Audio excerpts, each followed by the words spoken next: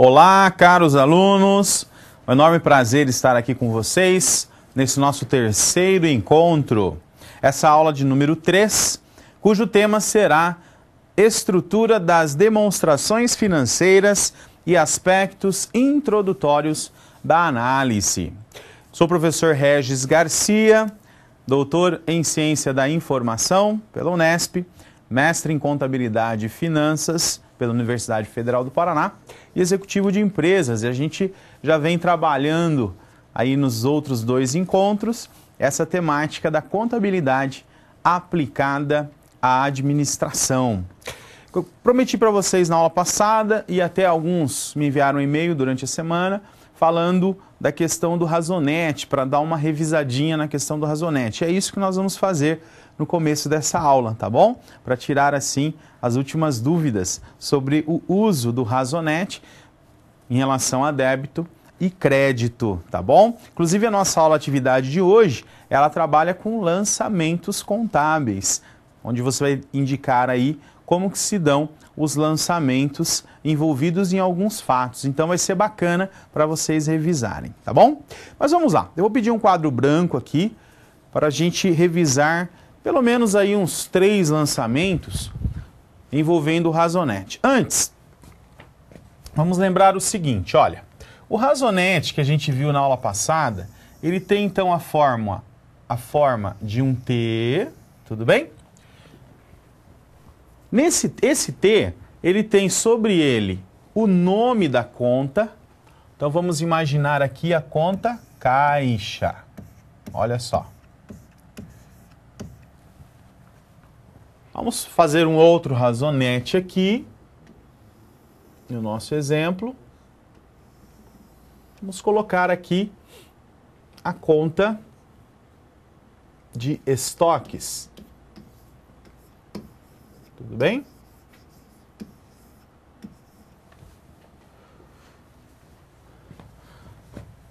Vamos colocar as contas também de abertura da empresa, né? A gente viu isso na aula passada. Capital social.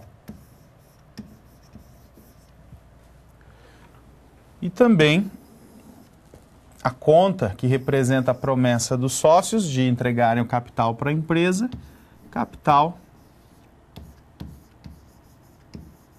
a integralizar. Ok? Capital a integralizar. Então, lembrando, o razonete, gente, ele sempre envolverá. É isso que alguns ficaram em dúvida, né? Onde vai o débito, onde vai o crédito? Então, gravem isso, ó. Do lado esquerdo, com quem olha para o razonete, tá? Do lado esquerdo, nós temos os débitos. E do lado direito, nós temos os créditos, tudo bem? Então, lado esquerdo, débitos, e lado direito, créditos. E isso vale para todos os razonetes, tudo bem? Então, vamos imaginar aqui que os sócios, eles prometam para a empresa, na constituição dela, a integralização de 50 mil reais de capital. Então, nós debitamos capital a integralizar, 50 mil. Por que nós debitamos? Porque, lembram-se, bens e direitos recebem débitos. O capital a integralizar é um direito que a empresa tem em relação aos sócios. Por isso que é um débito. Então, débito de capital a integralizar, crédito do motivo dessa promessa, que é o capital social que a empresa está constituindo. Então, um direito de capital a integralizar e um crédito como origem capital social. Tudo bem? Aí os sócios executam aquilo que prometeram. Eles vão integralizar o capital em dinheiro. Então, se ele vai integralizar em dinheiro, ele entrega o dinheiro para a empresa pega esse dinheiro que é um bem, certo? O dinheiro é um bem, e registra no caixa. Se é um bem, assim como o direito, é débito. Então, débito de caixa R$50.000. E crédito, indicando a origem desse dinheiro, que foi o cumprimento da promessa dos sócios. Olha aqui, ó, R$50.000, certo? Então ele cumpriu a promessa que ele tinha feito. Se vocês observarem,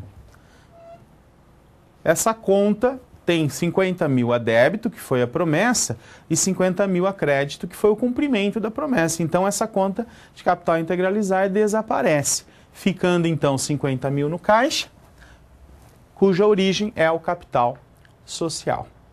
E aí, por último aqui, né, nós compramos 10.000 em estoque à vista. Então o que acontece? Nós aplicamos 10.000 aqui no nosso estoque, tudo bem? E mostramos a origem, é a saída do caixa. Aqui, contabilmente se falando, um crédito, né? Crédito de 10.000. Portanto, 10.000 em estoques e um crédito de 10.000 em caixa. Eu apuro o saldo dessas contas, o caixa ficou então com 40.000. Os estoques com os 10.000, o capital a integralizar com zero. Com zero. Por quê? Porque essa conta ela é transitória, né? Ela só serve para registrar a promessa dos sócios. Então, tá aí uma revisão breve, apenas destacando esses aspectos de débito e crédito, prometi para vocês, tá bom? Lembrando sempre que o lado esquerdo do Razonete recebe o débito e o lado direito, no caso de quem olha para o Razonete, tudo bem? Recebe o crédito, beleza? E justamente a temática da aula de hoje tem muito a ver com essa questão do débito e crédito. Por quê? Porque a demonstração financeira, aquela que você vai usar para tomar decisão na empresa, como administradores de empresa, dependem justamente do que acontece no lançamento. Então, como eu apuro o saldo a partir dos lançamentos que eu fiz, essas contas com seus saldos finais vão, então, para a demonstração financeira, que é isso que a gente vai ver na aula de hoje. Tudo bem? Vamos lá. Vamos ver o primeiro slide. Nós pretendemos revisar alguns aspectos, nós já revisamos do lançamento, e vamos falar das demonstrações financeiras. Também vamos falar alguma coisa sobre as demonstrações que são utilizadas em processos de análise, certo? Que a professora Karen vai começar a trabalhar com vocês na semana que vem. E nós vamos também ver a estrutura das principais demonstrações contábeis. Então ela vai partir do pressuposto, isso é muito importante, de que vocês já conhecem a estrutura das demonstrações financeiras, tá bom? Por isso que é importante vocês revisarem, estudarem essa semana antes da aula da professora Karen, porque vocês saberão do que ela irá falar, né? Quando ela falar de ativo circulante, ou a gente lembra lá que o professor Regis falou do ativo circulante, né? O passivo circulante, ou o que é o passivo circulante? Eu me lembro, o professor Regis falou na hora passada. O patrimônio líquido, a gente vai ver hoje sobre a questão do patrimônio líquido também. Muito importante é entendermos qual é o papel do patrimônio líquido na demonstração no balanço patrimonial, tá bom? Continuamos, vamos lá. Conceito de demonstrações financeiras ou demonstrações contábeis. Então nós sabemos que a contabilidade, ela agrega para a empresa a possibilidade de armazenamento, um bom banco de dados, de históricos acontecidos, históricos de fatos, melhor dizendo, que ocorreram no patrimônio da empresa. O registro sistemático, por meio dos lançamentos, esses que a gente fez no Razonete, aqueles que a gente fez na aula passada e alguns que a gente vai ver hoje, esse registro, ele permite à administração conhecer, através dos saldos, mais importante, então, do lançamento, é a possibilidade que ele nos dá de atualizar os saldos das contas. Também, ele nos proporciona esses lançamentos, sabermos a posição patrimonial da empresa e também os resultados obtidos pela empresa em determinado período. Então, os saldos, a posição patrimonial e resultado. Basicamente, são esses os elementos que o registro contábil que a gente viu na aula passada proporciona, certo? Essas demonstrações que vocês vão usar bastante na vida profissional de vocês, analisando, tomando decisões com base nelas, elas são exigências legais. A empresa é obrigada a fazer por determinação legal. Então, vamos supor, faço um registro já tendo em mente que esse registro me proporcionará fazer o balanço patrimonial lá na frente, me proporcionará fazer a DRE, demonstração do resultado do exercício lá na frente. Então, os lançamentos eles já são feitos com esse enfoque, né? De permitir com que eu apure o saldo das contas e depois levante as demonstrações financeiras. Quais são as principais demonstrações financeiras que a contabilidade trabalha no contexto empresarial? Vamos ver quais são? Olha só, o balanço patrimonial, que é a mais importante das demonstrações financeiras, então balanço patrimonial. A segunda, e também muito importante, é a demonstração do resultado do exercício. Como o próprio nome sugere, é ela que mostrará para nós como se deu o resultado daquele período, o lucro ou o prejuízo. Além disso, nós temos a demonstração dos lucros ou prejuízos acumulados, que na verdade, atualmente, ela é substituída por essa quarta demonstração aqui, ó, a demonstração das mutações do patrimônio líquido. Por quê que a de lucros acumulados acaba sendo substituída pela do patrimônio líquido? Porque o lucro gerado e a forma com que ele é distribuído, porque hoje nós nem podemos mais acumular lucro por determinação da lei das sociedades anônimas, as SAs, então ele será demonstrado como um elemento do PL, né, do patrimônio líquido, já que o lucro fica dentro do PL. Então, se eu demonstro todas as contas do PL, eu já estou, na verdade, demonstrando o que aconteceu com os prejuízos ou os lucros acumulados. Já está dentro. Por isso que ela é substituída, a de lucro prejuízo acumulado, é substituída pelas mutações do patrimônio líquido.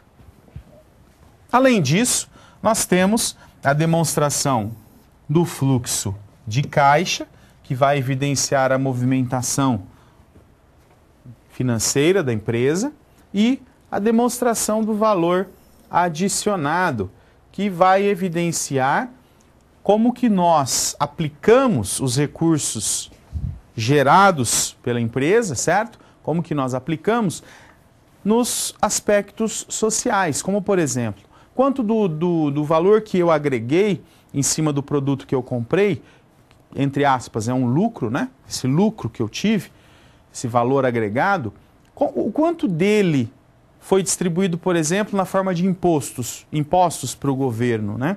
É uma informação que a DVA nos traz. Quanto que eu paguei para a folha de pagamento, ou seja, na geração de empregos e no pagamento para pessoas que trabalham na empresa. Outra informação que está na demonstração do valor adicionado. Então, ela é uma demonstração muito focada, certo? Vocês até vão ver depois num vídeo. Ela é muito focada na prestação de contas da empresa perante a sociedade. Tá ok?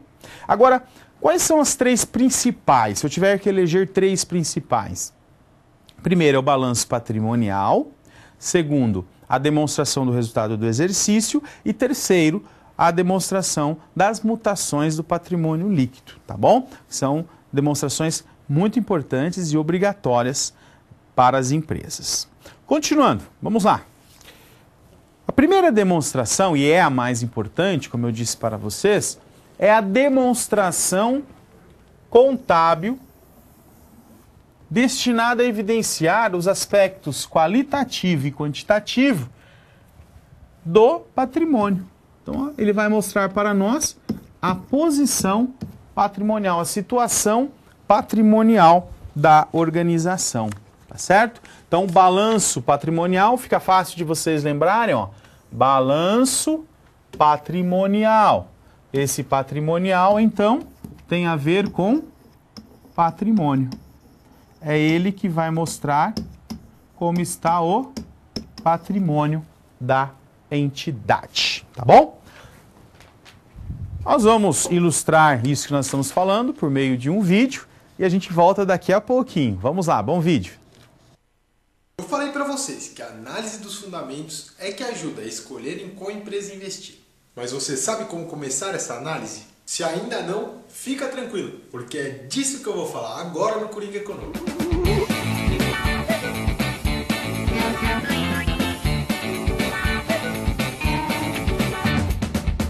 Primeiro de tudo, você precisa saber de uma coisa. Fazer esse estudo não é nada de outro mundo. Quando analisamos uma empresa, existem 3 pilares: o balanço patrimonial, o demonstrativo de resultados e o demonstrativo de fluxo de caixa. O balanço patrimonial é uma fotografia que mostra todos os bens da empresa e todas suas dívidas.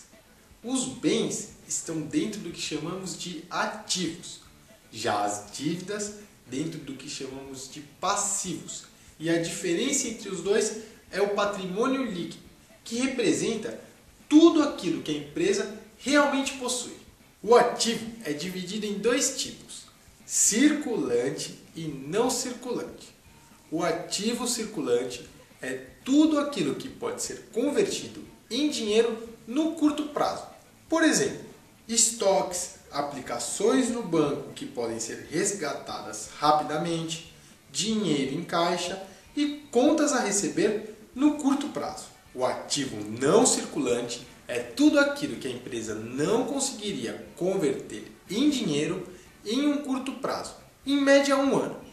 Por exemplo, máquinas e equipamentos, imóveis, contas a receber em mais de 1 ano ou marcas e patentes. O passivo também é dividido em circulante e não circulante. O passivo circulante são as obrigações como empréstimos, dividendos ou impostos a serem pagos que vencem ainda neste exercício, no exercício do balanço analisado. O passivo não circulante são as mesmas obrigações, só que para exercícios futuros. E para entender o patrimônio líquido, pensa assim: imagina se a empresa vendesse tudo o que ela possui e pagasse todas as suas dívidas. Quanto sobraria? Esse é o patrimônio líquido. Agora o demonstrativo de resultados, que também é chamado de DRE, e mostra como foi o resultado daquela empresa. Nele nós vamos ter as receitas da companhia, quanto ela gastou com impostos, as despesas administrativas, os ganhos ou perdas não operacionais, enfim, como e quanto a empresa ganhou e quais foram as despesas para gerar essa receita no período. E um detalhe importante: no demonstrativo de resultados nós temos os resultados operacionais e não operacionais. Os resultados operacionais são todos aqueles gerados pelo negócio da companhia. Os não operacionais são lucros ou perdas gerados por uma atividade que não é o foco daquela empresa. Por exemplo, uma empresa de petróleo que ganha dinheiro vendendo um dos seus imóveis. E por último, o demonstrativo de fluxo de caixa. Ele mostra como todo o dinheiro fluiu dentro daquela companhia. Para ficar mais fácil, pensa assim: ele vai mostrar de onde veio o caixa gerado e aonde foram aplicados esses recursos. E para nos tornarmos sócios de uma empresa, essa informação é muito importante. Afinal, precisamos saber como o caixa foi gerado e aonde ele foi aplicado, né? Muito bem. Está aí o vídeo que trata, né, dos grupos das contas dos demonstrativos e do conceito dos principais demonstrativos que nós apresentamos nesse primeiro bloco da aula. beleza? Pessoal de Utinga, um abraço a todos, valeu! Professor, qual a diferença entre as contas? Nomenclatura capital a integralizar versus capital subscrito. Na verdade, a conta de capital a integralizar, ela é a conta na qual nós registramos o direito que a empresa tem de receber o valor do capital que os sócios declararam no contrato social, tá bom? Isso é capital integralizar. A conta capital subscrito, assim como a conta capital social, elas representam a contrapartida do capital a integralizar. Então, eu sempre estarei debitando, quando da constituição da empresa, a conta capital a integralizar e creditando o capital subscrito ou capital social. Aí a nomenclatura não tem problema de ser mudada. Você pode chamar de capital subscrito ou você pode chamar de capital social. Mas a aplicação desse recurso, o direito que a empresa tem, será sempre em capital a integralizar. Beleza? Muito bem, pessoal também de Arapiraca. Uma boa noite a todos. Valeu pela pergunta. Professor, quando uma empresa trabalha com consignação, ela coloca como crédito? Caso não venda tudo, devolve o produto como deve ser tratado no sistema de crédito e débito? Muito boa pergunta.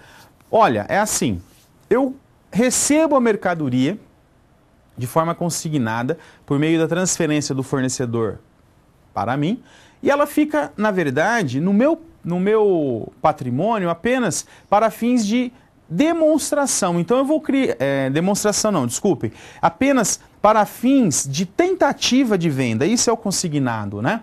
Então eu registro isso num estoque chamado estoques de mercadorias em consignação. Neste caso é uma conta devedora, tá certo? E nós lançamos o crédito, no caso, a origem desta conta, em mercadorias consignadas. Então, estoques de mercadoria em consignação a mercadorias consignadas, demonstrando a aplicação e a origem desses estoques. Como eles não são de propriedade da empresa, tá certo? Como eles não são de propriedade da empresa, durante o processo de consignação, eu vou usar uma conta de compensação e não uma conta patrimonial, conforme nós estamos vendo no caso de itens que são de propriedade da empresa.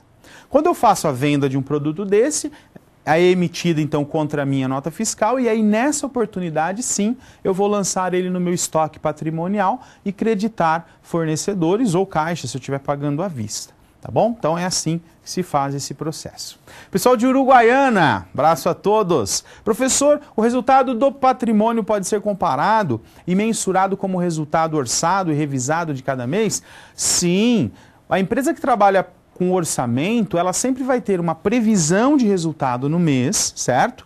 Que vai ficar lançado lá no sistema orçamentário e à medida com que esses valores vão ocorrendo, à medida com que esses valores vão acontecendo, eu posso sim comparar com aquilo que foi orçado. Aliás, deve ser feito assim para que eu tenha uma informação gerencial adequada sobre a realização do meu orçamento. Beleza?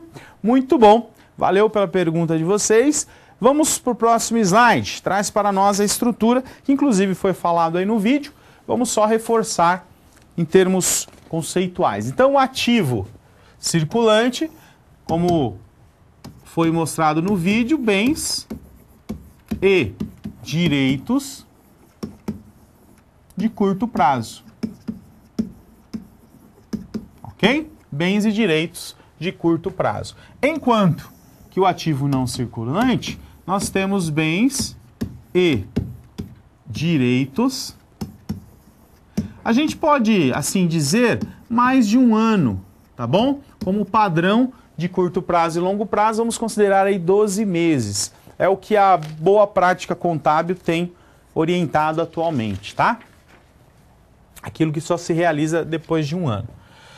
O passivo circulante é o mesmo conceito, só que aqui são as obrigações, tá? Obrigações de curto prazo. Enquanto que o não circulante, passivo não circulante, nós temos então as obrigações mais de um ano. Ok?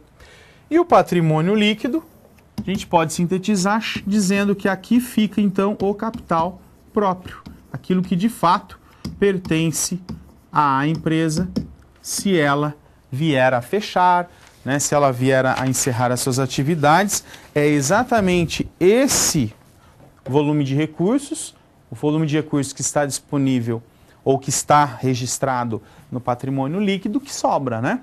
Eu pego todos os meus bens e direitos que estão no ativo, tiro as obrigações que estão no passivo, o que sobra é o patrimônio líquido.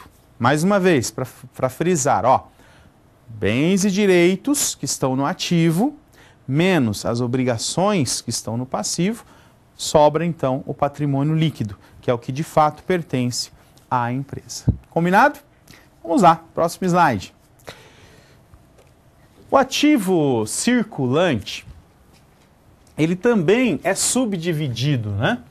Para ficar uma informação mais precisa para quem lê o balanço.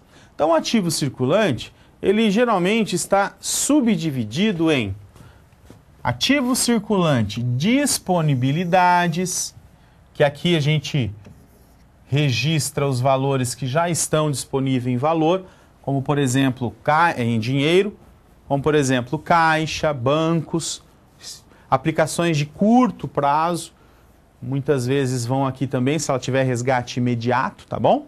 Ficam aqui no disponível. Aqueles itens que eu preciso realizar ainda, ou seja, eu preciso receber, ficam em créditos a receber, como por exemplo, duplicatas a receber de clientes. Depois nós temos um outro grupo, que são os estoques, estoque de mercadoria, estoque de material de consumo, estoque de material de expediente, estoque de material de limpeza, né? Matéria-prima, enfim, são os itens classificados nesse grupo de estoques. E a gente ainda tem algumas despesas que só irão ser transferidas para o resultado no exercício seguinte. São chamadas também de despesas antecipadas. Por que elas ficam no ativo? Porque são despesas que geralmente ocorrem no longo prazo, né? Eu vou dar um exemplo para vocês.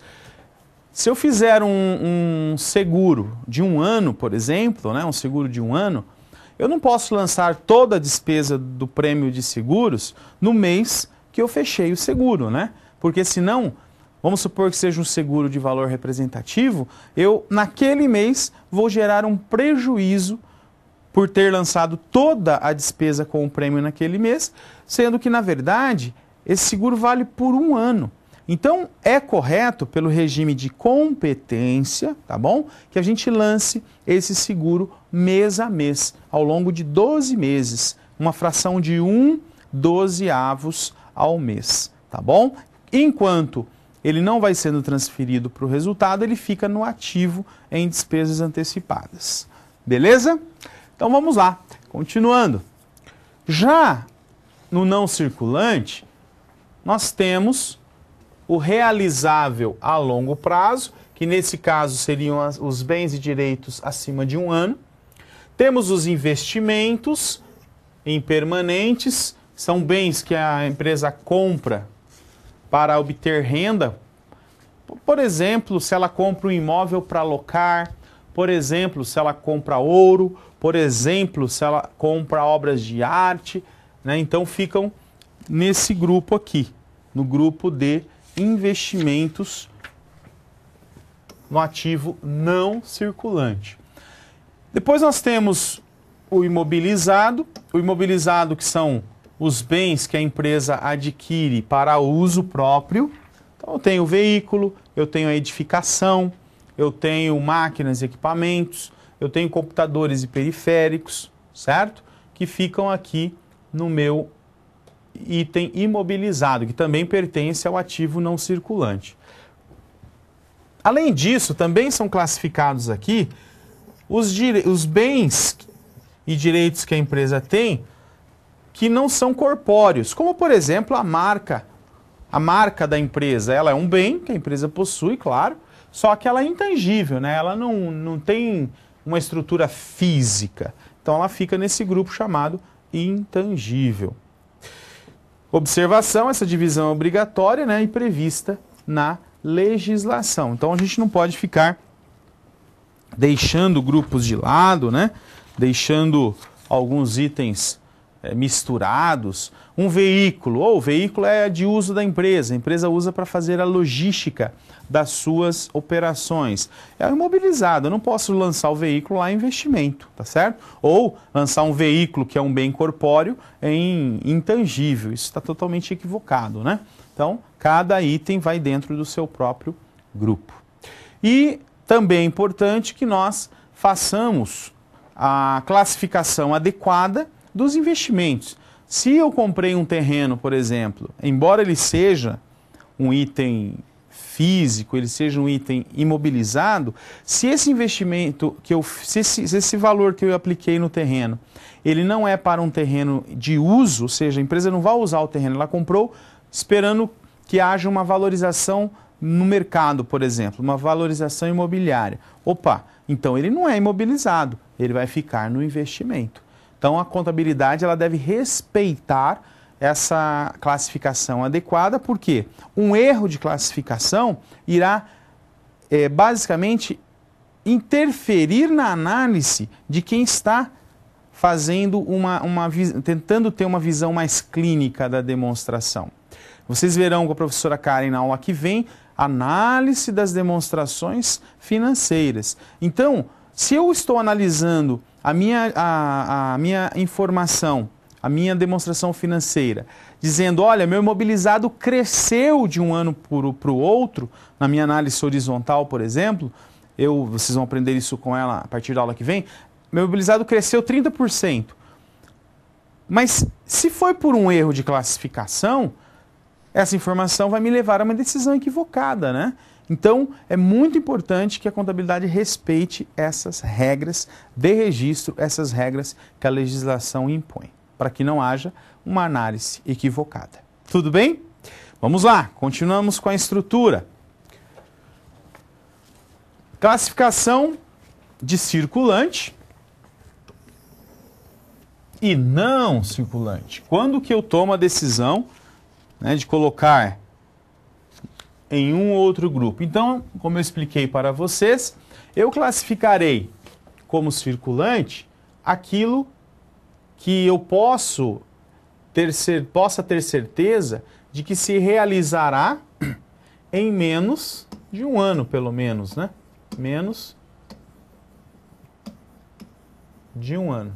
Enquanto que o não circulante, aquilo que vai se realizar em mais de um ano. Certo? Então, como que funciona? Vamos supor que eu faça um empréstimo à minha empresa, cujo vencimento se dá em 12 meses. Então, 12 parcelas de R$1.000. Essa obrigação, empréstimos a pagar, será classificada no passivo circulante. Por quê? Porque todas as prestações estão dentro do prazo de um ano. Tudo bem?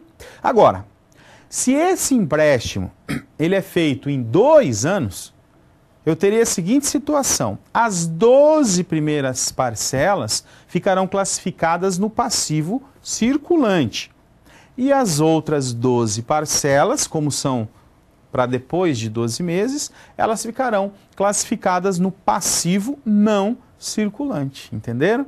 Então eu respeito sempre o prazo. Se ele ocorre dentro do período de 12 meses, fica no circulante. Se ele ocorre acima desse período, a parcela que vai acontecer após os 12 meses é ela que vai para o não circulante, tá bom? Agora, quando eu compro, por exemplo, um veículo, o veículo ele vai direto para o não circulante, por quê? Porque esse veículo eu comprei para uso, e se é para uso, não importa se ele vai durar 1 ano, 10 anos, ou se eu vou vender ele por algum motivo daqui 6 meses. Se ele foi comprado para ser usado, ele é um imobilizado. Imobilizado está classificado no ativo não circulante, é para lá que ele vai, esse veículo.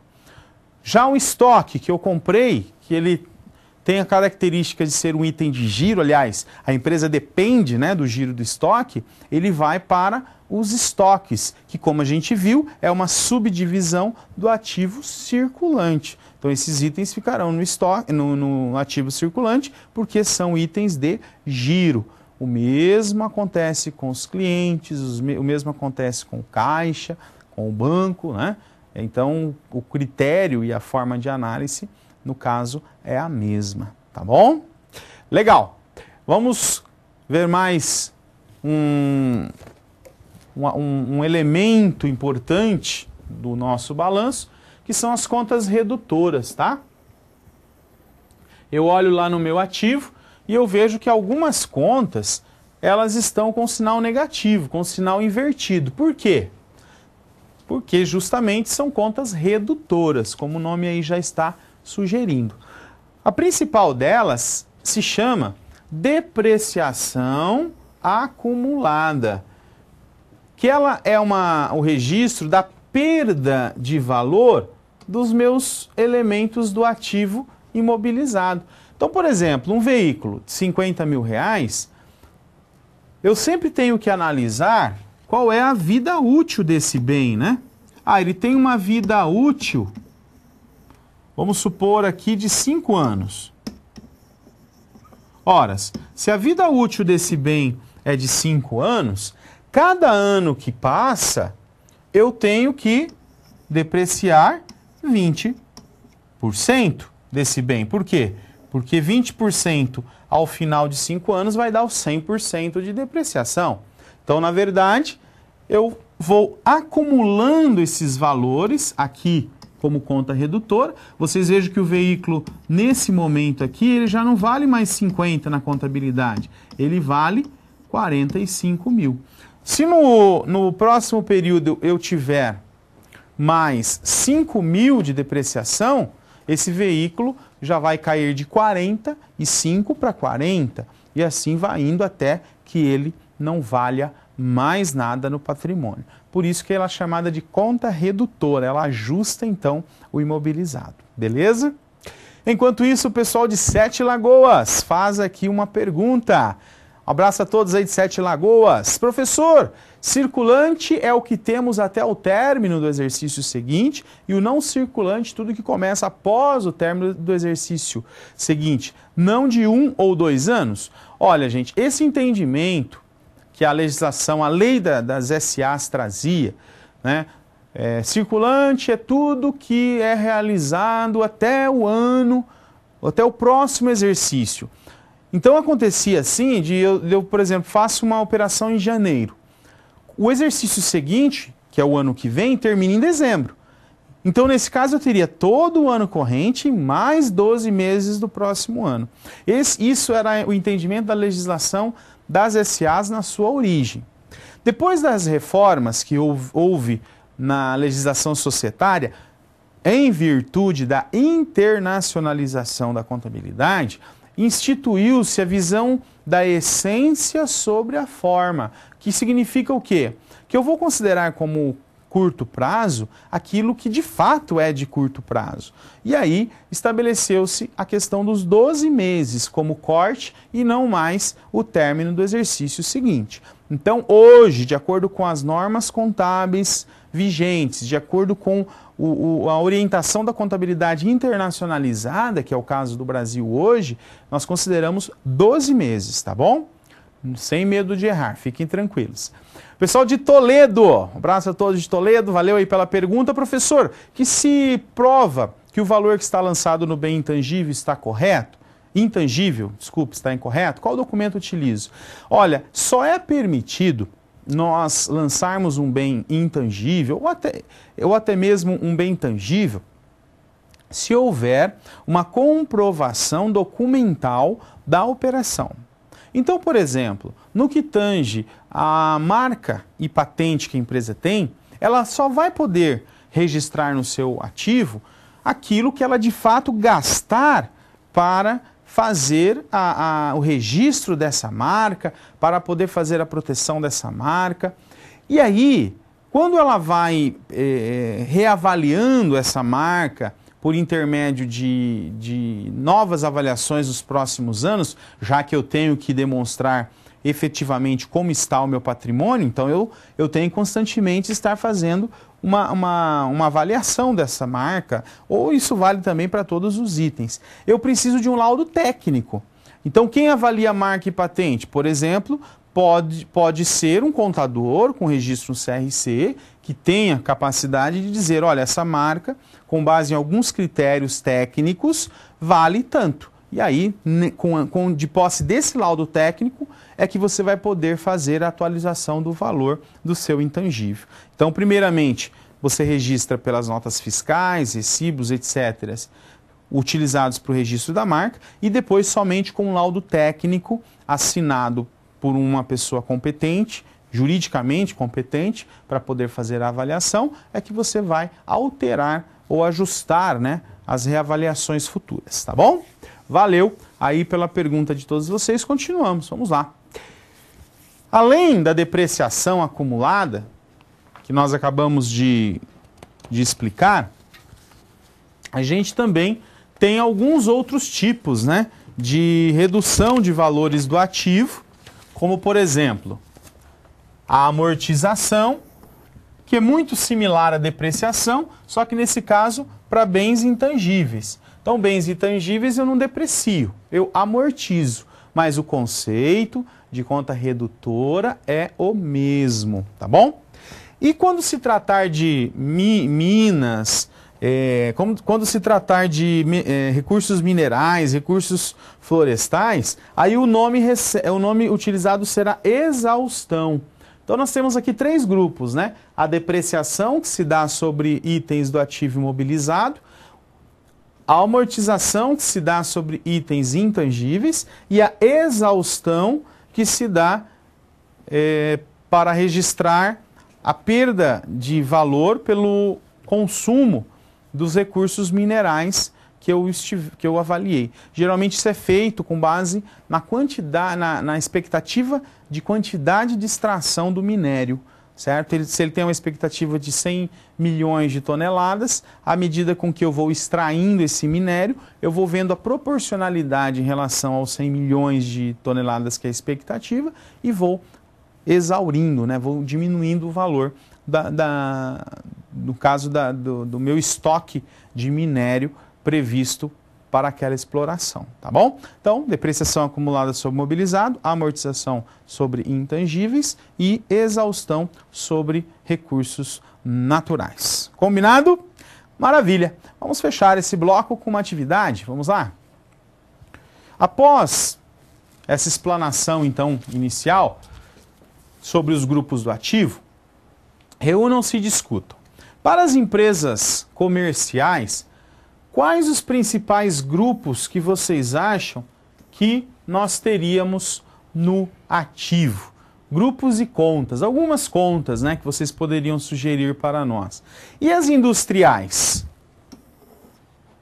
Quais outras contas que as empresas industriais poderiam ter no seu balanço, né?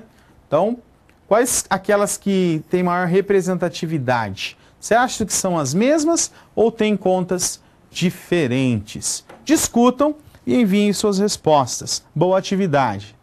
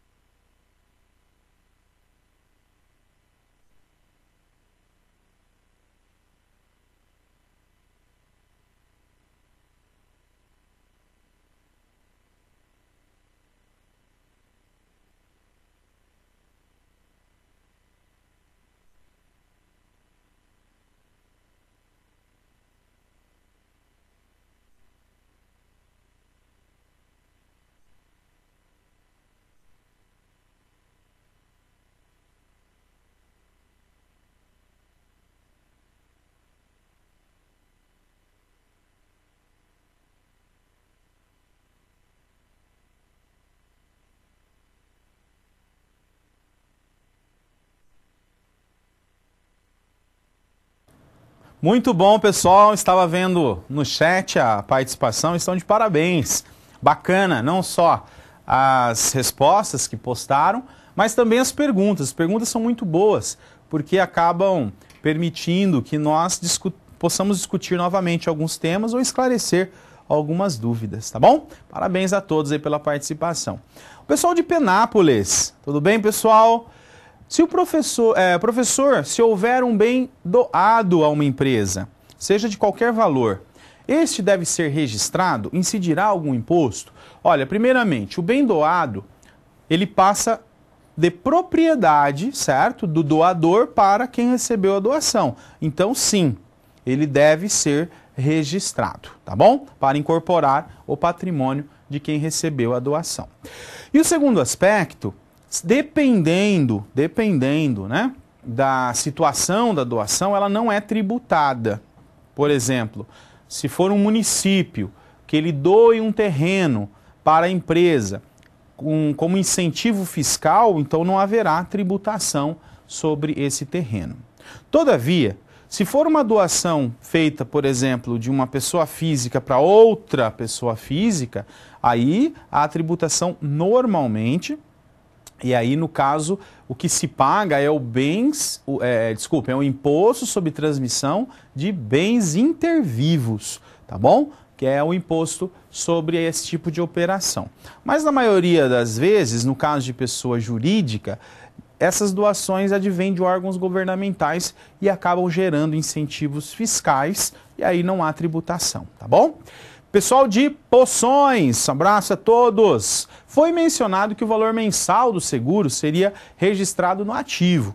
Você pode rever essa informação? Olha, sim, no caso é registrado sim, não é questão de rever a informação está correta. Mas vamos tentar entender isso melhor. Eu vou pedir um quadro branco para nós, enquanto isso eu vou falar do pessoal de Maravilha e já vou para lá. Tá bom? O pessoal de Maravilha, Santa Catarina, um abraço a todos aí de Maravilha. Professor, pode também falar sobre a conta redutora diferido, de onde ela vem e por que é lançada no ativo? Olha, o diferido ele não tem sido mais utilizado na contabilidade contemporânea, essa da contabilidade alinhada às normas internacionais, tá bom? De acordo com as práticas contábeis atuais, nós devemos realizar as despesas que ocorrem para pesquisa e desenvolvimento, despesas que ocorrem pré-abertura da empresa, elas já são descarregadas no resultado, tá bom? É a nova orientação em cima desse grupo. Então, o diferido não se utiliza mais no entendimento da contabilidade contemporânea, tá bom? Vamos lá para o quadro branco, para deixar bem claro essa questão do seguro, ó. Eu vou fazer aqui, então, ativo, ó, ativo circulante, que é o subgrupo do ativo, certo? E aí, vamos colocar aqui na nossa lateral direita o resultado.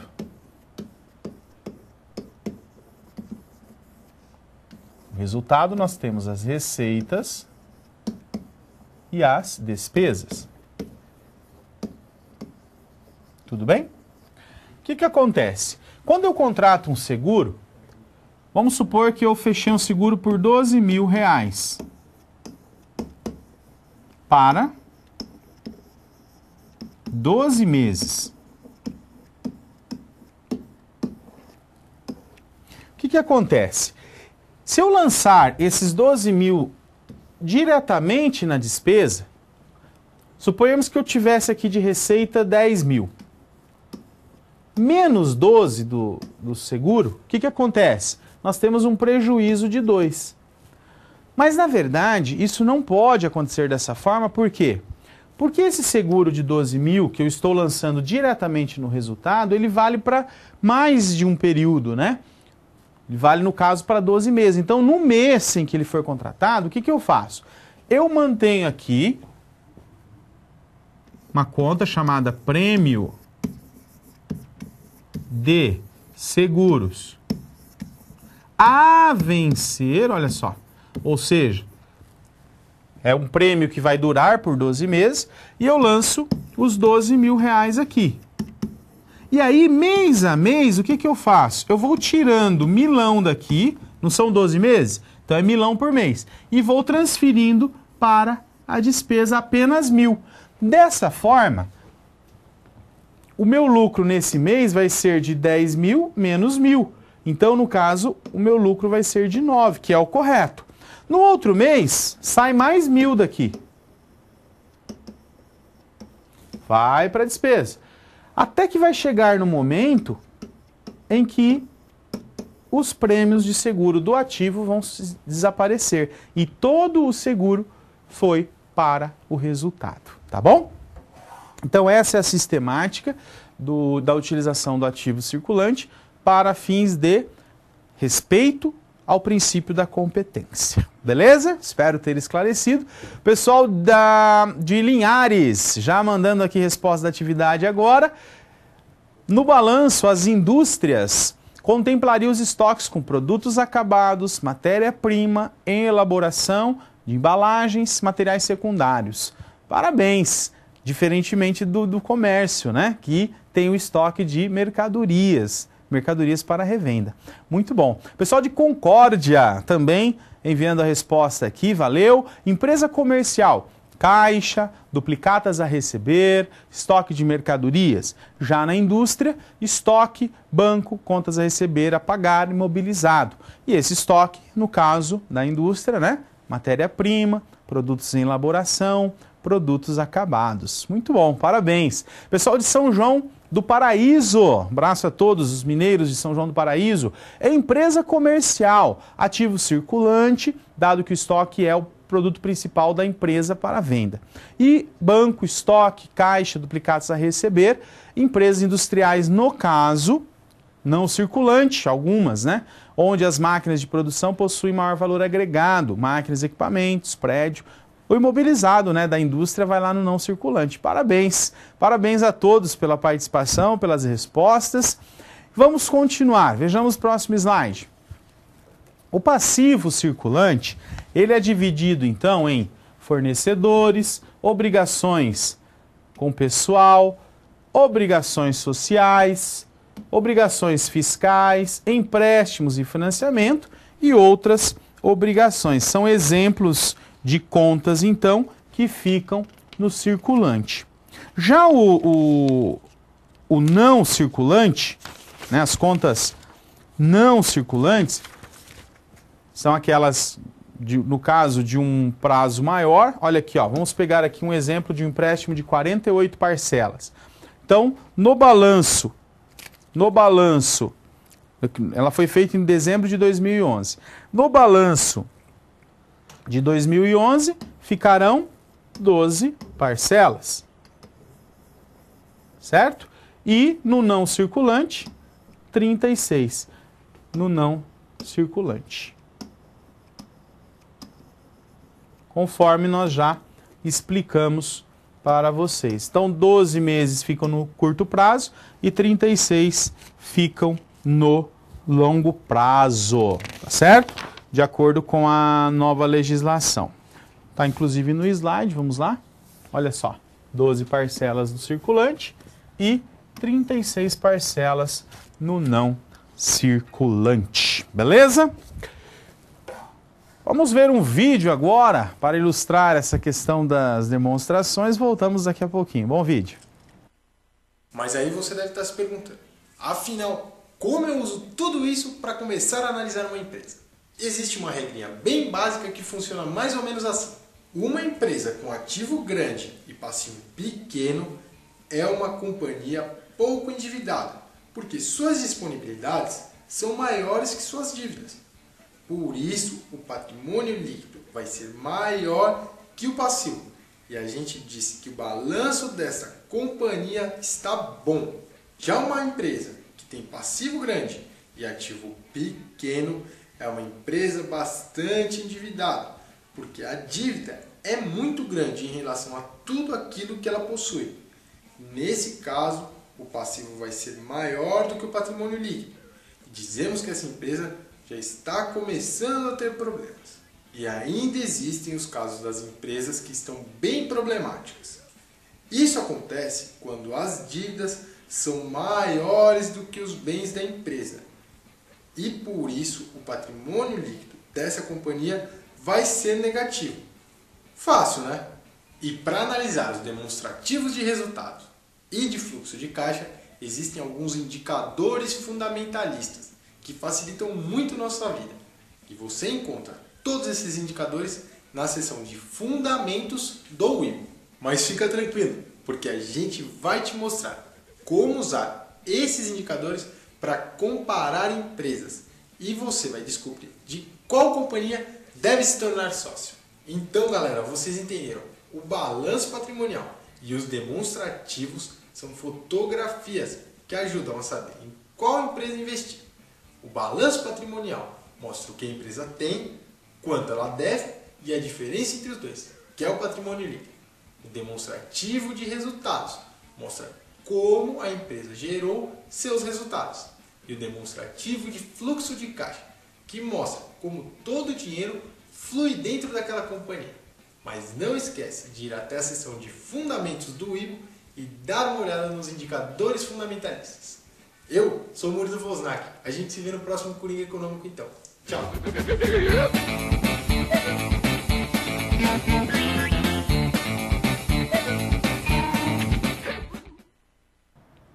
Muito bem.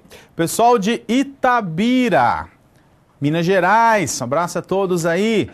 Pergunta o seguinte, quando o bem é 100% depreciado, como ele deve constar no balanço patrimonial? Tem que ser reavaliado? 2. Quando uma ONG não possui nota fiscal de um bem doado, como ela deve provar a legalidade desse bem? Então são duas perguntas. A primeira, quando um bem ele é totalmente depreciado, ele vai ficar no balanço com o valor do bem menos o valor da depreciação, portanto seu valor é zero, mas ele continua, no caso, no bem até que eu faça a baixa desse item, tá bom? Transfira ele ou venda, enfim. A reavaliação, nesse caso, ela vai ser feita se, ao final do processo de depreciação, esse bem ainda possui um valor de mercado. Então eu posso fazer sim a reavaliação do bem e continuar depreciando até o dia que de fato ele não terá valor residual nenhum, tá bom? Mas a reavaliação hoje, com a contabilidade contemporânea com a qual nós convivemos, ela deve ser feita de uma forma mais constante pela empresa. Sempre que ela entender que haja distorções entre o valor do bem e o valor de mercado, ela deve fazer a reavaliação e os devidos registros, tá bom?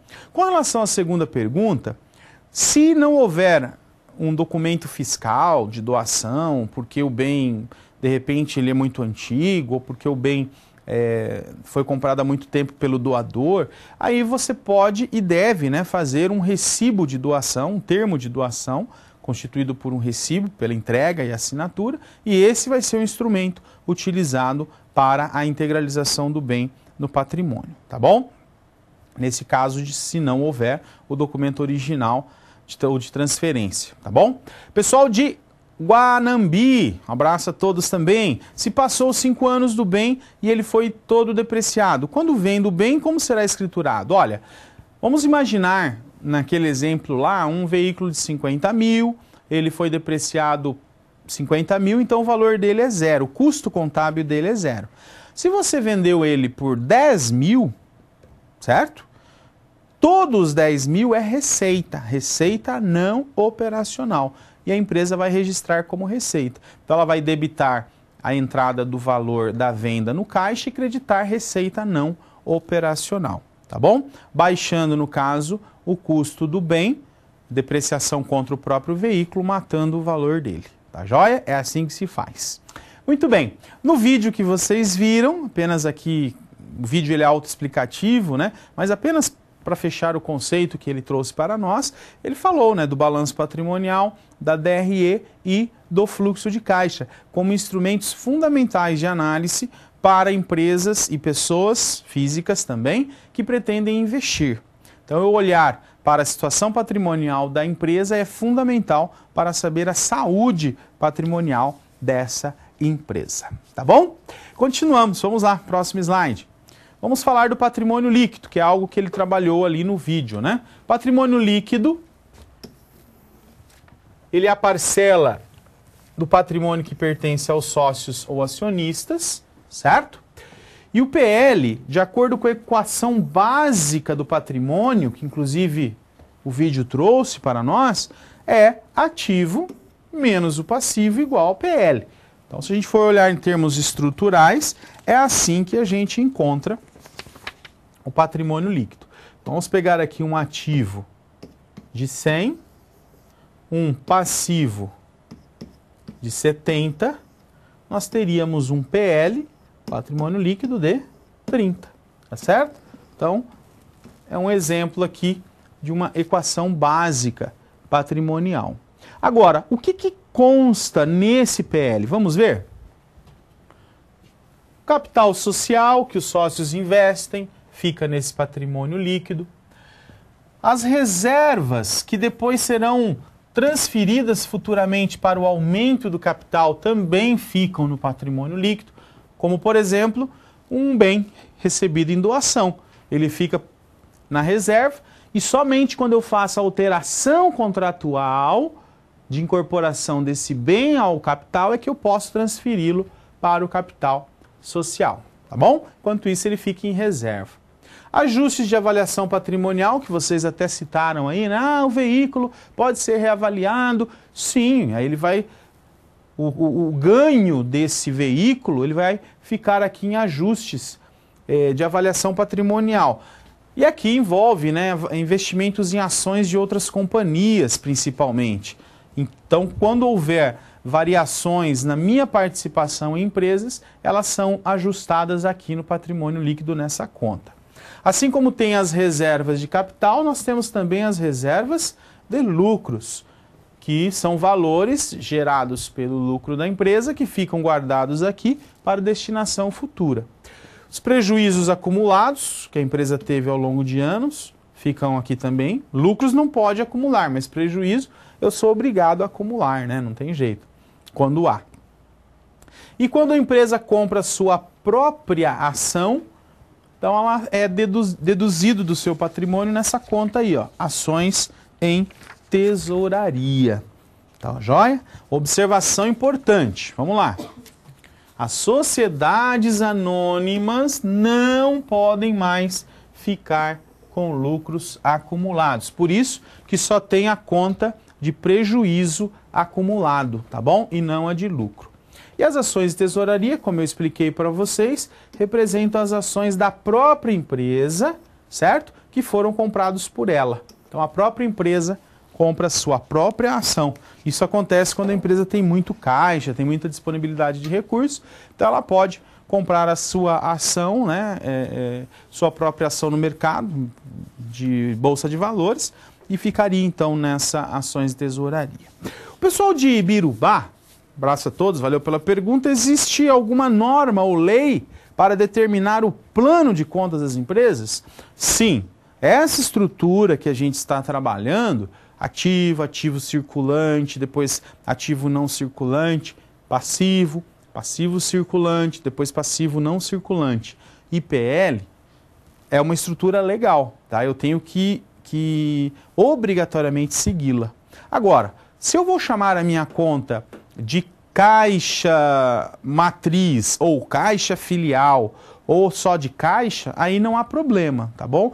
O que importa é que a nomenclatura que eu dê para essa conta, ela represente de fato aquilo que ela está registrando, beleza? O pessoal de Passa Quatro participando também, um abraço a todos. Balanço patrimonial obrigatório para todas as empresas? Sim, obrigatório para todas as empresas. Todas as empresas têm que ter contabilidade, todas as empresas precisam ter esses demonstrativos, tá bom? Nós falamos inclusive na aula passada que apenas para fins fiscais alguns tipos de empresas estão dispensados, mas para fins fiscais, para fins societários, elas têm que fazer a escrituração corretamente, tá bom? Valeu aí pelas perguntas. Vamos lá ver mais um vídeo, voltamos daqui a pouquinho.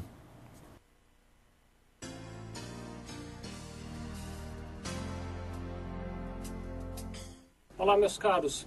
Estamos aqui novamente conversando a respeito de diversos temas da área contábil e dessa vez eu gostaria de trazer à tona um assunto que diz respeito à questão dos lucros acumulados que as empresas têm. Determinada empresa, ela trabalha com o objetivo de ter lucro. As entidades com fins lucrativos têm este propósito.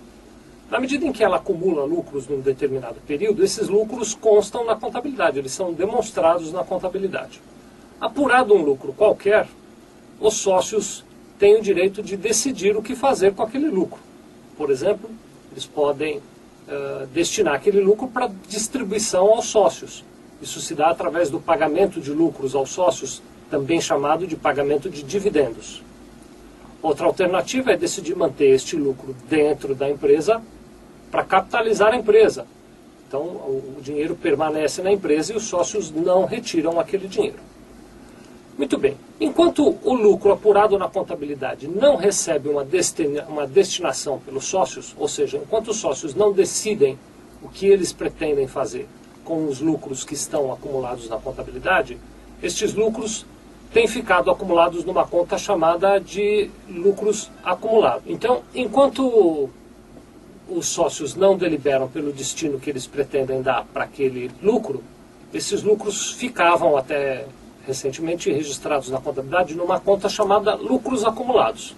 É como se fosse uma conta que se destinasse a guardar o dinheiro que está esperando uma decisão dos sócios para então ser destinada ou para distribuição de dividendos ou para outras finalidades. Recentemente, através da Lei 11.638, ficou proibido às sociedades anônimas a manutenção de saldos na conta de lucros acumulados. Ou seja, as empresas que são constituídas pelo formato de sociedade anônima, quando apuram lucros, devem, antes do encerramento do balanço, deliberar sobre que destino aquele lucro terá e colocar este lucro em contas específicas. Se o lucro será pago aos sócios na forma de dividendos, é preciso então colocar esse saldo na conta de dividendos a pagar ou de lucros a distribuir. Se este dinheiro vai ficar incorporado na empresa para aumento de capital, tem que ser feita uma reserva para aumento de capital. Ele não pode mais ficar parado ali naquela conta de lucro acumulado. A lei trata especificamente das sociedades anônimas, mas, por analogia, ela deveria também se aplicar às sociedades limitadas. O entendimento do Conselho Federal de Contabilidade é no sentido de que não é bem assim. As sociedades limitadas, exceto aquelas tidas como de grande porte, que são aquelas que têm um ativo superior a 300 milhões de reais, as sociedades limitadas ainda podem manter saldos na conta de lucro acumulado, se assim o desejarem. Mas seria interessante que as sociedades limitadas já tentassem se acostumar à regra das sociedades anônimas, que é o padrão contábil mais aceito. Então, seria interessante que você, na sua empresa, começasse a acompanhar mais a conta de lucros acumulados e a tentar dar uma destinação mais clara para ela. Basta nos orientar sobre como você pretende destinar aquele lucro, que nós podemos fazer a redistribuição dele dentro da contabilidade. Para as sociedades anônimas e para as sociedades limitadas de grande porte, isto é obrigatório, e para as demais sociedades limitadas, isto é opcional. Muito obrigado.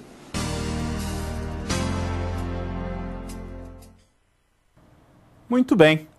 O vídeo fala sobre a conta de lucros acumulados e o porquê que ela não pode mais ficar registrada no patrimônio líquido. Pessoal de São Vicente, um abraço a todos. Professor, para melhor entendimento, podemos dizer que tudo que entra é debitado e tudo que sai é creditado? Olha, gente, essa máxima, né, que se usa muito na contabilidade, ela se dá em cima do caixa, do bancos. As contas de bens e direitos podem ser interpretadas dessa forma sim, tá bom? Mas não serve para todas, porque, por exemplo, fornecedor. Quando entra um novo fornecedor, ele é creditado por causa da característica da conta de ser uma origem de recursos. Mas para as contas de aplicação, caixa, bancos, funciona essa ideia assim. Tudo que entra no caixa é debitado, tudo que sai do caixa é creditado, tá bom? Pessoal de Montes Claros também faz aqui uma pergunta, observação, acabou sumindo aqui do nosso teleprompter, já voltamos assim que, opa, já voltou.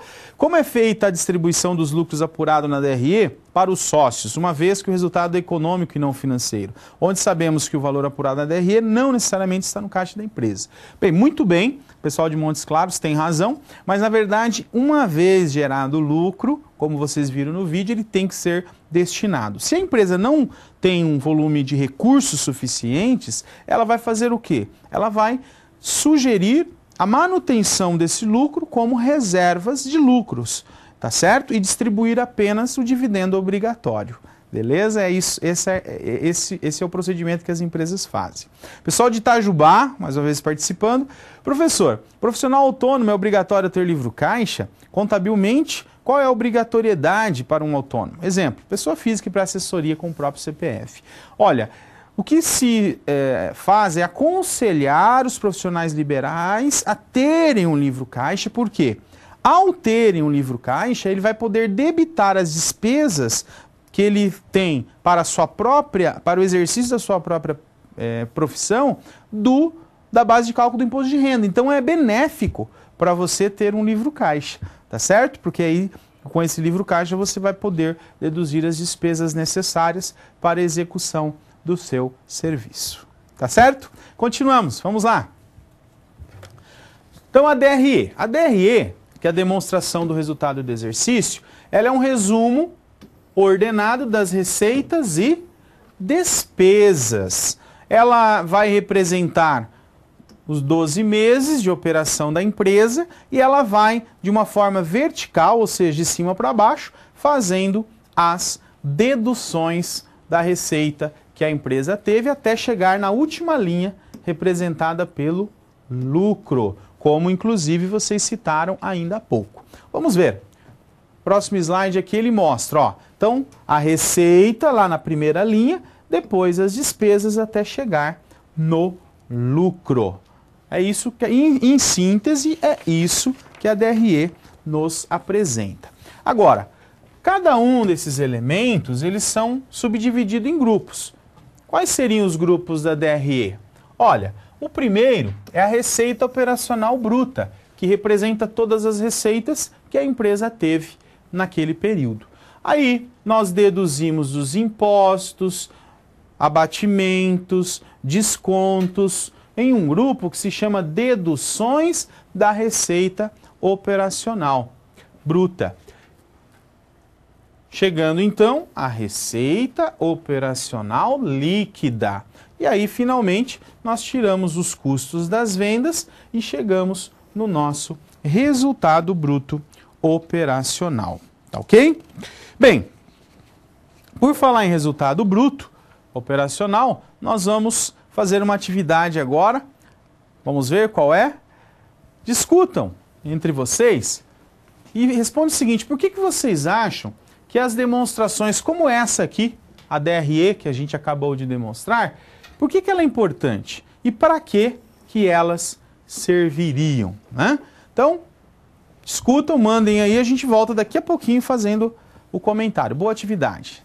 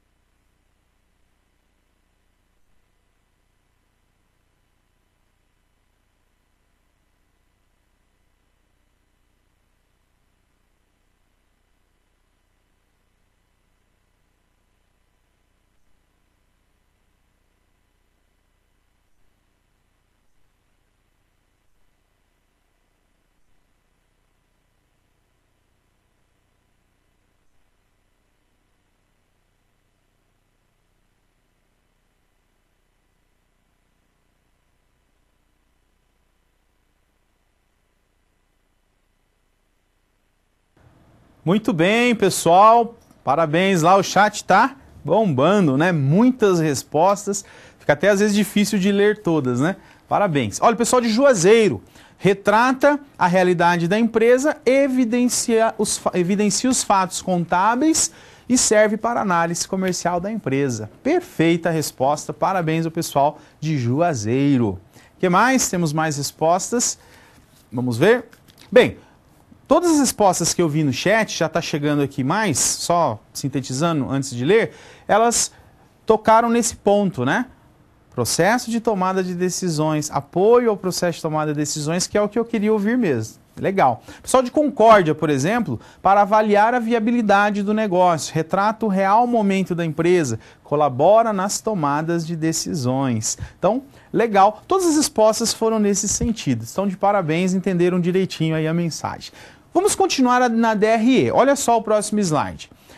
A estrutura depois do lucro bruto, ó, depois do lucro bruto, aí eu finalmente tiro as despesas operacionais que a empresa tem, chegando então no resultado líquido operacional. Eu tiro finalmente o imposto de renda e a contribuição social e chego no meu lucro líquido. Então, em síntese, gente, a DRE, ela vai mostrar isso, né? A receita, as despesas, os custos e o lucro líquido, tá bom? Isso a DRE. Agora, nós vimos também que no patrimônio líquido nós temos as contas que pertencem aos sócios, certo? E aí, como que eu vou evidenciar o que aconteceu com essas contas, né? É por meio da demonstração do patrimônio líquido, ou da variação do patrimônio líquido. Eu vou mostrar como variou o caixa, como variaram as reservas, o próprio lucro, né? Vamos ver como que isso fica? Olha só. A demonstração da mutação do patrimônio líquido, ela vai evidenciar, então, as alterações ocorridas no PL, ocorridas no patrimônio líquido, tá certo? E, obviamente, no capital social, nos lucros, nas reservas. Isso aqui o vídeo, né, deixou bem claro para nós. E também a DFC, vocês se lembram até da figurinha que o vídeo mostrou, né? Ó, ele fez assim e fez assim. Então aqui é a origem do caixa e aqui a aplicação do caixa. Ele falou para nós lá corretamente, né? No nosso vídeo. É isso que a DFC vai fazer, ó. Ela vai demonstrar a movimentação de entradas e saídas de caixa. E como eu disse para vocês, olha, o balanço patrimonial, a DRE são as principais demonstrações, tudo bem? Depois nós temos a demonstração das mutações do patrimônio líquido e a DFC, e a DVA, que como eu falei para vocês, é a demonstração de valor agregado, uma prestação de contas da empresa para com a sociedade. Vamos ver aí o conceito, olha só. Antes da DVA, desculpem, vamos falar da DLPA, né? A demonstração dos lucros ou prejuízos acumulados. Eu inverti a ordem aqui. A DLPA, ela vai mostrar, como o próprio nome sugere, a integração entre o balanço patrimonial e a demonstração do resultado do exercício, ou seja, a destinação do lucro, que inclusive foi uma das perguntas que vocês fizeram aí. Tá ok? Importante dizer que a DLPA, ela acaba sendo incorporada na DMPL por razões óbvias, né? O lucro, ele participa do PL e a DMPL, que é a demonstração das mutações do patrimônio líquido, então, vai evidenciar também o que está no lucro. Tá bom? Pessoal de São Carlos, um abraço a todos. Demonstração de resultado revela a situação da empresa ao longo do tempo, se ascendente ou descendente economicamente se falando. As análises dessas demonstrações revelam se dá lucro ou prejuízo. Parabéns à observação do pessoal de São Carlos. Vamos ver, próximo slide, traz para nós, aí sim a DVA, que a gente acabou de conceituar. Riquezas geradas pela empresa e como que ela foi distribuída para fins de prestação de contas com a sociedade. Tá ok? Vamos fazer uma pergunta para vocês. Olha só a pergunta. Se uma empresa ela faz uma venda de R$24.000 em 24 parcelas de R$1.000, portanto, R$1.000 por mês, ela faz isso em dezembro de 2014, e a primeira vence em janeiro, qual o valor da conta de duplicatas a receber? Quanto vai ficar no ativo circulante? Lembram-se? 12 parcelas. Então, 12 vezes de R$1.000. Olha que bacana. E, no longo prazo, mais 12 vezes de R$1.000. Então, isso aqui é muito importante, né, para a gente frisar bem essa questão do prazo, que tem a ver com o nosso balanço. Em resumo, o que nós temos como resumo da nossa aula, né? As demonstrações financeiras são fundamentais. Foi vocês que falaram isso aqui, hein? Ó, as demonstrações financeiras são fundamentais para os usuários das informações contábeis tomarem as suas decisões. E a importância da análise das demonstrações contábeis para os usuários se dá por meio do processo de tomada de decisões. É a síntese do que vocês acabaram de passar para nós nas respostas da atividade anterior, tá ok? Então, com isso a gente conclui a parte teórica aqui, da introdutória da contabilidade. Na aula que vem vocês vão ter a professora Karen falando da análise das demonstrações. Espero que vocês revisem todos os conceitos, todo o material que a gente trabalhou, porque é importantíssimo para vocês entenderem o que ela vai passar para vocês. Quero dizer que foi um enorme prazer trabalhar com vocês esses 3 encontros. Vou deixar vocês com um vídeo final, tá ok? E a gente ainda tem o chat aí pela frente. Grande abraço a todos. Eu gostaria de agradecer vários polos, todos os polos, mas aqui pessoal de Linhares, Santa Luzia, Rio Negro, Vitória da Conquista, Caçador, Bom Jesus da Lapa, Teixeira de Freitas e todos os demais polos aí que participaram do chat. Não dá para, infelizmente, ler as respostas de todos, mas parabéns pela participação de vocês. Sucesso, uma boa semana, fiquem com o vídeo final. Abraço!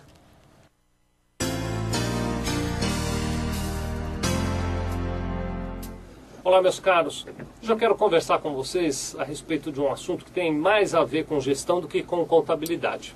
Gostaria de falar um pouquinho com vocês a respeito de uma coisa chamada fluxo de caixa. Se você não tem ainda na sua empresa, pelo menos você já ouviu falar desse conceito do fluxo de caixa. E ele é um conceito muito simples. Falar a respeito dele é muito interessante porque, ao mesmo tempo em que ele é bastante simples, ele é bastante útil. O fluxo de caixa, ele é algo assim. Vamos pensar aqui junto comigo. Imagine que hoje você tem uma determinada importância de dinheiro aí com você, R$10.000.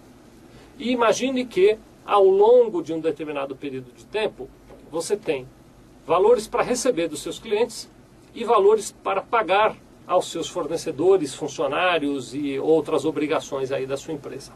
O fluxo de caixa é uma mistura dessas 3 informações. O seu saldo atual, tudo que você tem para receber e tudo que você tem para pagar num certo período de tempo. Normalmente a gente vê o fluxo de caixa de uma maneira mais ampla, então você pode olhar um fluxo de caixa que diga o seguinte: olha, meu saldo inicial hoje é X, durante o próximo mês eu receberei tanto e pagarei tanto, meu saldo final será Y. E mensalmente isso vai se repetindo, a cada mês você tem entradas e saídas do mês e saldo final daquele mês. E sucessivamente você vai fazendo essa análise. Se você olhar de uma maneira macro, você pode ter um fluxo de caixa projetado para 12 meses, e aí você vai enxergar dentro desses 12 meses as facilidades ou dificuldades financeiras que a sua empresa vai ter, na medida em que você previu o que vai receber, previu o que vai pagar, você vai saber quando vai sobrar ou faltar recursos financeiros para a sua empresa. Então é uma ferramenta muito importante. Você pode aprimorar essa ferramenta detalhando isso por dia. Então você tem um resumo do mês, mas você pode pensar dia a dia. O que eu vou receber amanhã? O que eu vou pagar amanhã? O que eu vou receber depois de amanhã? O que eu vou pagar depois de amanhã? E você vai compondo recebimentos e pagamentos de cada dia e o saldo de disponibilidades financeiras que você terá em cada um desses dias. Então, ao invés de olhar 12 meses resumidos, você pode olhar dia por dia e identificar claramente que dias você terá que enfrentar dificuldades no teu fluxo de caixa. Essa análise diária vai permitir, por exemplo, algumas medidas que são muito simples, como reescalonar pagamentos.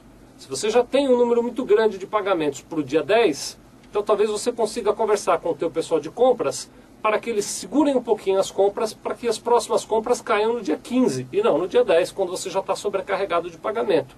Isso é uma providência relativamente simples e que você só vai poder tomar se você enxergar com antecedência, através do fluxo de caixa, como é que você já está de pagamentos em cada um dos dias.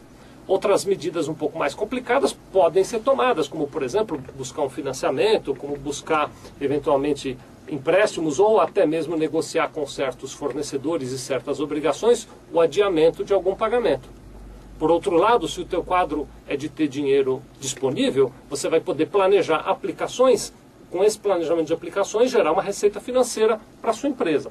Então, construir um fluxo de caixa é uma coisa que dá um pouco de trabalho, mas que te dá uma visão muito positiva da sua empresa. É claro que o fluxo de caixa ele tem incertezas, né? A gente sempre sabe exatamente o que é que tem para pagar, mas nunca sabe muito bem o que é que vai receber. Mas conforme você vai trabalhando e manuseando esse fluxo de caixa, você vai ganhando uma espécie de sensibilidade refinada e você vai notar que você vai acertar cada vez mais. Então eu recomendo realmente, se você não tem na sua empresa ainda um fluxo de caixa, que você implemente, e se você já tem, que você continue se dedicando em aprimorar esse fluxo de caixa. O aprimoramento, você sabe, vai se dar através da melhoria no acerto, nas previsões do que vai ser recebido, do que vai ser pago, e na melhoria do planejamento com antecedência de quando haverá recursos sobrando e como eles serão aplicados, e quando haverá recurso faltando e como nós vamos cobrir essa falta de recursos. Então o fluxo de caixa é uma ferramenta excelente para você gerir sua empresa. Eu estou gravando esse vídeo aqui no mês de dezembro de 2010 e estou gravando propositadamente, porque essa passagem de ano normalmente é uma época em que a gente faz uma série de compromissos e planos para o próximo ano. Tá aí, quero te sugerir um compromisso e um plano.